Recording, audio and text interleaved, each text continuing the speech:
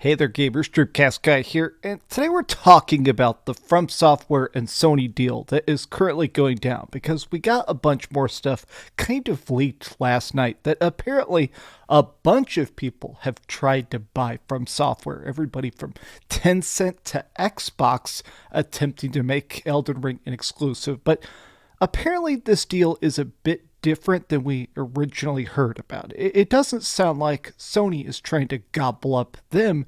It's that FromSoftware and Kadokawa, the people that own FromSoftware, want to be bought by PlayStation. But I want to explain what this means and why I think, and I'm crossing my fingers here, I think this is going to be a very good thing for the gamers more than anything else. But let's see.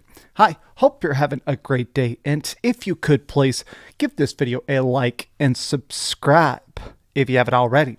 So people have kind of been reacting to this Bloomberg report that dropped late last night that essentially seems to say that Kadokawa is not just sitting there waiting to be bought in the typical sense. They are a massive, massive company. They're a distributor of some of the biggest anime and a lot of very, very big games. So apparently what happened is instead of just saying, oh gee, I sure hope I get bought, they approached Sony and said, hey, are you interested in buying us out? We think we would be better as part of the PlayStation family. Now, the reason this is rather different than we originally thought is that there is a lot of talks, especially in gaming, about a lot of possible acquisitions. There is talks that apparently Ubisoft wants to be bought or at least to be broken up and purchased to some degree. Like, it sounds like Ubisoft has kind of been bleeding money. So they've talked to Microsoft and Sony and Sega and stuff and said, who wants to buy something like Splinter Cell? Who wants to buy Assassin's Creed? Who wants to buy Rainbow Six? Now, it hasn't happened because they're so incredibly expensive. But it seems like in this case, honestly, Kadokawa is in such a good spot. I'm fascinated that essentially they're saying we can do more, we can build more, we can sell more if we get bought by PlayStation. But here's what a lot of people are kind of saying is that it seems like this deal could be good as long as it's not too hands-on. Miyazaki, the guy who directs the Elden Ring games, he does everything. Bloodborne, he does Dark Souls. I mean, he is definitely a very visionary guy. I mean, the fact that they make stuff like Dark Souls and Armored Core from the same group, it just boggles the mind as to how creative these people are. But essentially what people are afraid of is middle management, of meddling, of stepping in and actually messing with it. Now, with some studios, they need meddling. They need people to step in there and say, hey, fix your stuff, hit the deadlines, give us a demo. Here's what's bad, here's what's good, you know? But in this case, it seems like Miyazaki, for the last almost 20 years at this point, is very good at his craft. So people are basically saying, let him do his thing and do not intervene. But on the other side of the coin, that's what they did with Bungie.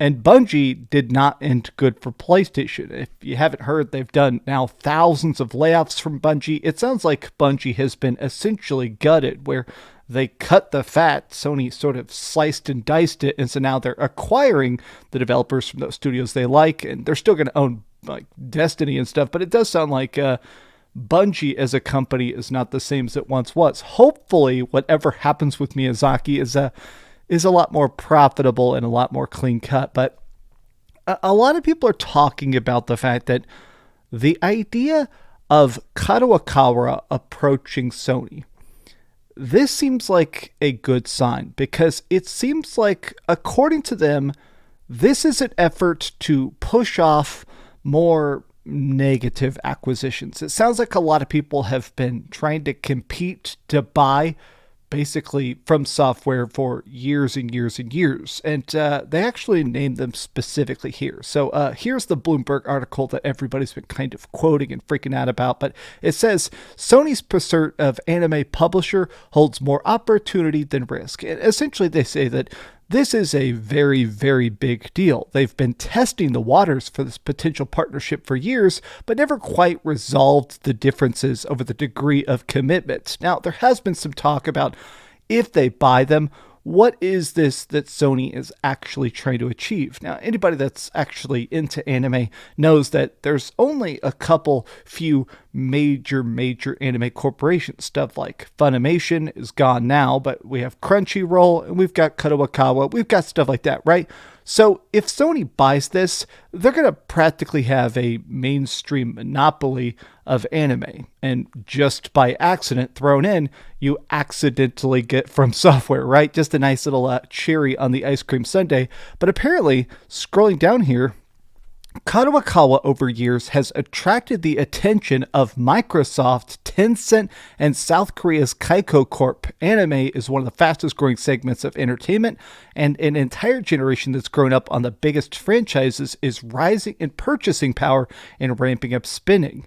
So it sounds like, I think that honestly, PlayStation buying them is a best case scenario. Like, not to bag on Microsoft too much, but a lot of the studios, the game studios specifically that are being bought by Xbox, seem to put out a lot less games. And when they do release games, they're usually pretty broken and busted, like Redfall, which I'm not sure that ever even will be finished in the typical sense. And now the studio is just gone. Arcane Austin got the axe. And let's face it, a lot of people don't like Tencent because Tencent, while being a $1 trillion company, definitely seems to be the most interested in meddling in the affairs of the developers, or a lot of times buying stuff to jack up, stock price, slicing out all the IP and then firing everybody and just owning brands with no games.